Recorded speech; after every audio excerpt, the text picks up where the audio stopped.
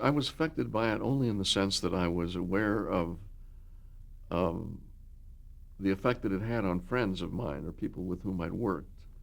For instance, John Brown, who was the father on A Day with Judy, had been listed in red channels, and that was the closest that I was to a personal relationship with somebody that was affected by it. But there was an aura of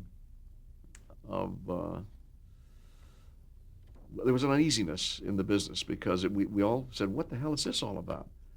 And there was some guy whose name I cannot remember who had a book, in addition to red channels, in which he would write vicious accusations to companies, because in those days television was run by advertising agencies. The networks did not run television and radio in the early days of television, and certainly in radio. All of those shows were run by the advertising agencies. The directors were hired by the advertising agencies.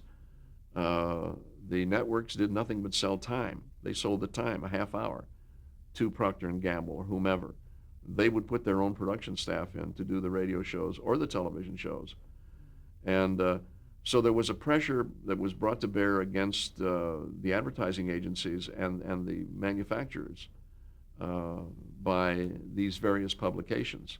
Was one of those guys a supermarket owner, grocery store That's owner right. up in upstate New York? Upstate New York. That's Yeah. exactly right. Yeah. And he was one of the guys whose name I can't remember. Mercifully, I think it's good that we all forget his name anyway, but certainly not what he did.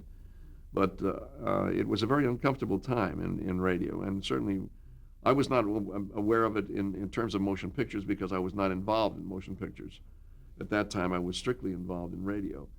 But there was a pall that came over the business at that time with this very unsettling prospect of this